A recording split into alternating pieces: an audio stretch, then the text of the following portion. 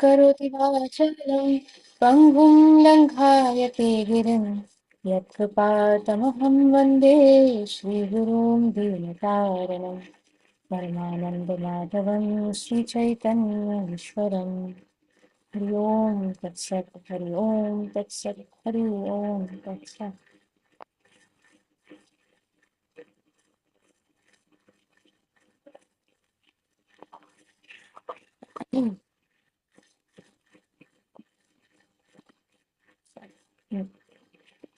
So, um, we are reading from chapter 14 from the book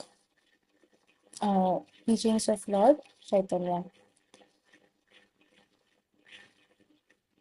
The perfectional stage of spiritual life, which one can experience even while being in the material world, is described by Lord Krishna in the 12th chapter of the Bhagavad Gita.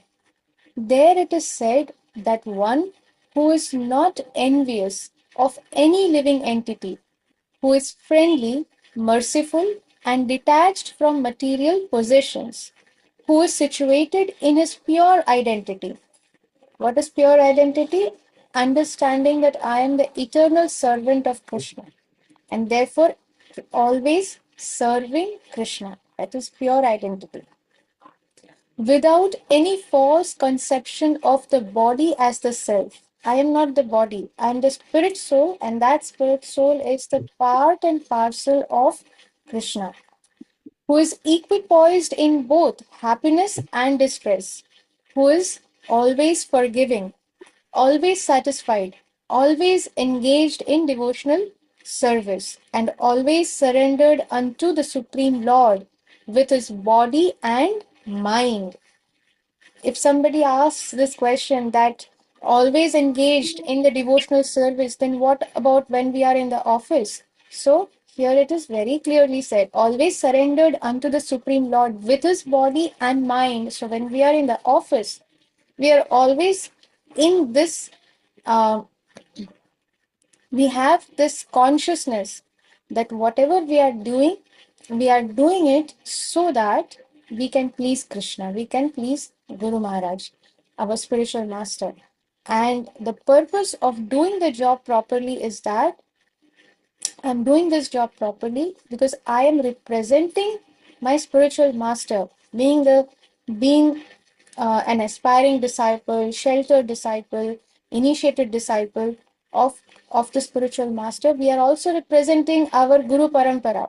So our behavior, the way we behave, the way we talk, uh, everything in all ways, we are actually always representing our Guru Parampara. So we should always be mindful of that.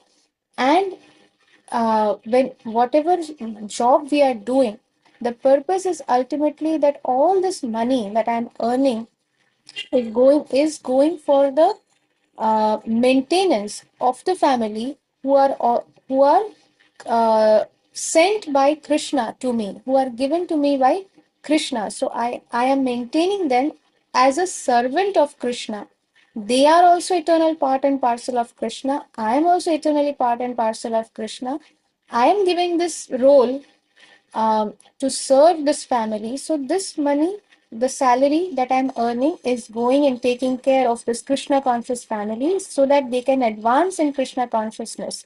And they are taken care of. They feel protected and they feel happy in Krishna consciousness so that they can also advance in Krishna consciousness. And part of the income goes in Krishna conscious activities for the Vaishnavas who are fully given their life and soul and their whole life to the purpose of Krishna consciousness. So part of the income also goes in Krishna conscious activities, like it could be we are giving in the temple, or it could be in the temple activities, it could be for the book distribution, because Srila Prabhupada always said that you can preach for how many hours are you going to speak to somebody? But if somebody has my book, Srila Prabhupada books, the purports of Srila Prabhupada, then through that book, a person can themselves understand this philosophy and they can become more steady. The conviction will come from that. Therefore, this book distribution is a very, very important aspect. So, if we are not able to go out and distribute books ourselves, then we should try to give some part of our income for book distribution. If that is also not possible, then we should try to speak to someone and inspire someone. Tell them from our own experience that this is how this book has changed my life. This is how this book has transformed, not changed, but transformed my life. When we speak from our own experience, not just for the sake of it, take it, buy it. No, why should I buy some book? Why should I buy a book? But everybody is in need, everybody is suffering, and everybody needs a solution. When I have the conviction that yes, I have found my solution, this is the book, take it seriously, and you will see the transformation. When I have that conviction, that is when the other person will be really moved that yes, I see that conviction in your eyes. You really seem your life. It really seems that your life is transformed. So fine, I'll take this book and give it a try. So this is how. So in any way that we can serve. So where were we? Yeah.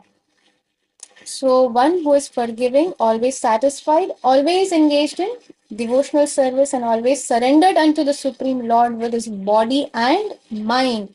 Such a devotee is very dear to Krishna. So we read this one more time that one who is not envious of any living entity, one who is friendly to everyone. Does that mean that we go and sit and spend our time with everyone? No. Being friendly with everyone is a friend is somebody who is trustworthy. So friendly means that you want to give the best to everyone and you are not envious. You don't want to, you are not when you see other person progressing, you are not envious or jealous of that person. You feel happy. And then friendly is you are their well wisher. You always want what is the best for others also. That doesn't mean that you have to give your own time and spend time with that person.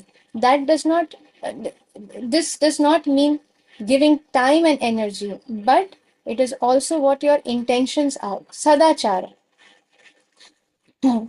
So, who is friendly, merciful, and detached from material possessions. Merciful means what? First is to understand that when I am convinced that yes, I am not the body, I am the spirit soul, then I will understand that okay, for the soul, the journey is so and so. Based on that, I will try to lead my own life. When I am myself convinced, then I understand, then I can see that yes, really, the entire world is suffering because everybody are spirit souls and they are all imprisoned in that body, and therefore they are suffering. So, merciful means what? That I want to help them. I can't help anybody, but I want to become that instrument of Krishna. Krishna wants Krishna wants to help everyone. Krishna wants everyone to come out of their suffering and let me become an instrument of Krishna to serve Krishna. So that is merciful. That you try to give Krishna consciousness to another soul. They may or may not be willing to take. We are not here to force anybody. But if they are not willing to take it, then we can pray for that soul, but not start saying that oh, this person is not taking, this person is a demon. Not like that. We all have our baggages. Being merciful is praying for that person. If they are not ready to take, you cannot force them, but we can always pray for them. Prayer is very, very powerful. And somebody who is detached from material possessions. So we are so so a devotee who is not attached to material possessions, that I need this, I this is happening because of me, or such devotees, they don't want to become the controller. They are not looking after anything in this material world. Whatever comes is fine, whatever leaves is also okay. So they are detached from material possessions. Who is situated in his pure identity, without any false conception of the body as the self. The self is the spirit soul. The devotee who is equipoised in both happiness and distress.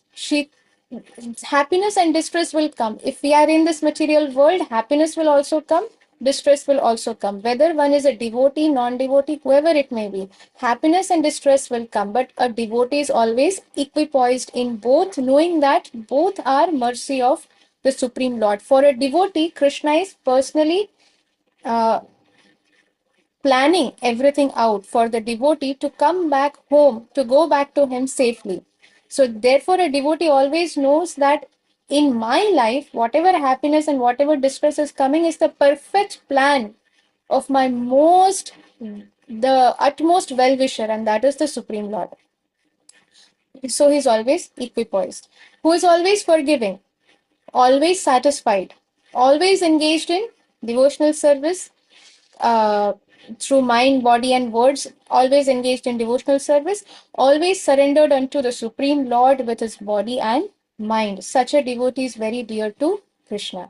A devotee who never a devotee who never gives trouble to any living entity, either by his body or his mind. Sometimes we may not say anything upfront to a person, but if in our mind, if we are thinking ill about a person, then that is also giving trouble, because when we are thinking ill about a person, we are that is equal to wishing bad for somebody.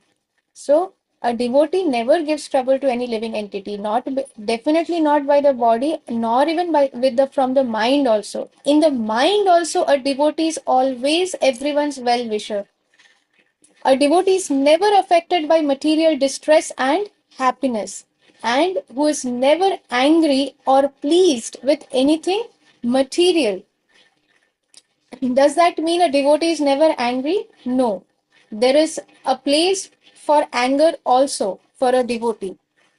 Many times, if somebody is blaspheming other devotees, if somebody is speaking ill about the scriptures, and if there is no other way, or somebody is criticizing some devotee, wrongly criticizing, wrong or right doesn't matter. So if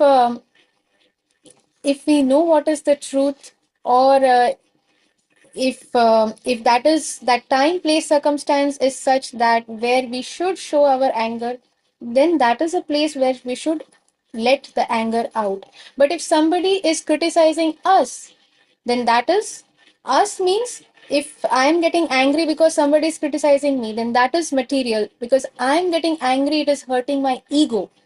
So that is not a place to show anger. If somebody is criticizing me, okay, that is Krishna's will. I deserve worse, but fine. Whatever Krishna is giving is Krishna's mercy. So a devotee is never angry or pleased with anything material. Somebody coming and saying, "Oh wow, appreciating me a lot. I'm so pleased that now this person is my best friend." But tomorrow, if this person says something negative, now this person is my worst enemy. So devotee is not like that. So um, so a devotee is never angry or pleased with anything material, is very dear to the Supreme Lord. He who is never dependent on anyone in this world, not dependent on anyone in this world means, in material world, materialists, they are dependent on their own accord. They think that my money is going to save me, my insurance policy is going to save me, my company is going to save me, my relatives are going to save me, or my I know very renowned doctors, I know renowned people, so they are going to help me when if I am in need. It's not such kind of dependence. So a devotee never dependent on anyone in this world. He is completely surrendered to the Supreme Lord, who is the devotee is purified, he is expert, he is neutral, free of pain, and aloof from any material endeavor which requires too much attention. Such a devotee is also very dear to Lord Krishna. This is also very important. A devotee who is aloof from any material endeavor which requires too much attention. So, um, if something is taking away my attention, or if something is taking away my time and energy from the actual um, some material endeavors. Sometimes of course, even a devotee has to do many endeavors, but too much endeavors, which is kind of taking away my time and energy, and I'm unable to do my sadhana properly. Such endeavors are actually not advised, because uh, because too much endeavor means that I want to enjoy the result of that activity, knowingly or unknowingly. That is the subconscious thought that is there, or that is the subconscious feeling, or um, the reason, the purpose behind endeavoring too much after a material endeavor, anything material, trying for a job, or trying to do overtime in a job just to earn some more money. So all this is over endeavoring. So a devotee never gets indulged in all these things. He is always aloof from material endeavors which requires too much attention. Such a devotee is also very dear to Lord Krishna. A person who is never subjected to material happiness or hatred, lamentation, or ambition, who is aloof from all materially auspicious and inauspicious activities.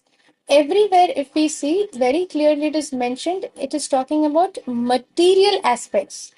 Okay, there is material, too much attention in material endeavors. Then here also aloof from materially auspicious and inauspicious activities. For example, people do lot of puja on Dhanteras. They do puja on Dhanteras, that so that they get benefits, profits in their business. So these are materially auspicious activities. Then people say, a lot of people do this Satyanarayan Puja. So that is a materially auspicious activity. That if you do this puja, then everything will be very nice.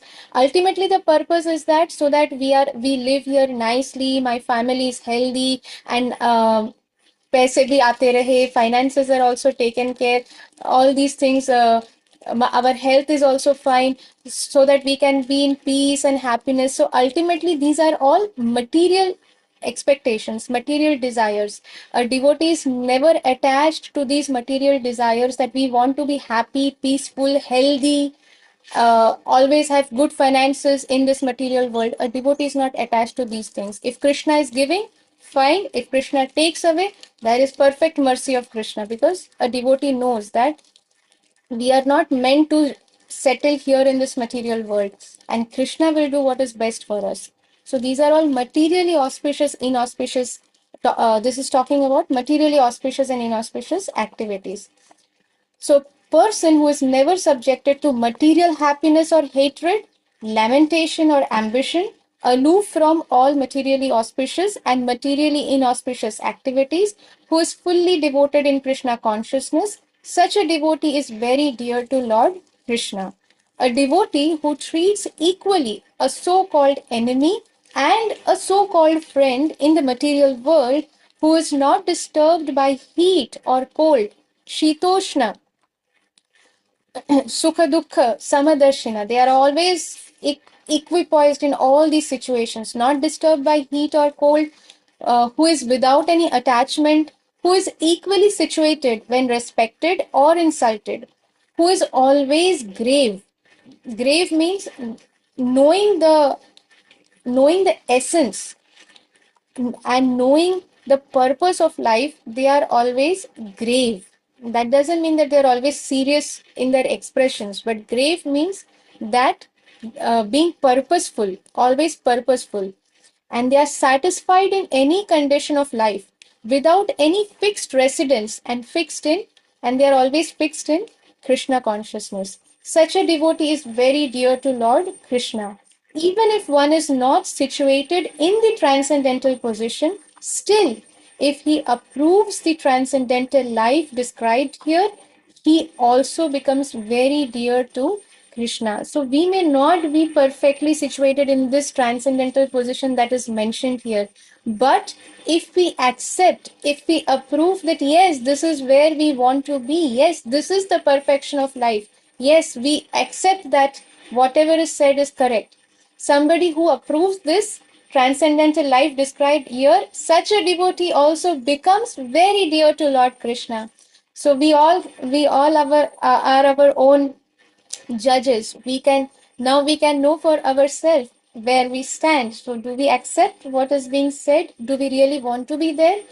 Are we willing to take the effort to be there? Then we are also equally very dear to Krishna. So we'll pause here for today, and Krishna willing will continue reading tomorrow. Thank you very much. Your very kind association. वंशाकल्पतरुभ्यश्च कृपासिन्धुभ्येव च पतितानां पावनेभ्यो वैष्णवेभ्यो नमो नमः। अनंत कोटि वैष्णव वृंद की जय। जय पताका स्वामी गुरु महाराज की जय। जगत गुरु श्रील प्रभुपाद की जय। नामाचार्य श्रील हरिदास ठाकुर की जय। श्रील कृष्णदास कविराज गोस्वामी महाराज की जय। श्री चैतन्य चरितामृत की जय। And teachings of Lord Chaitanya book reading की जय। All viewers, जय devotees, Nitai Gaur Premanande, Hari Hari Bol। Shri Hari Shyam हरी करुणामयी माता जी बोल। की जय।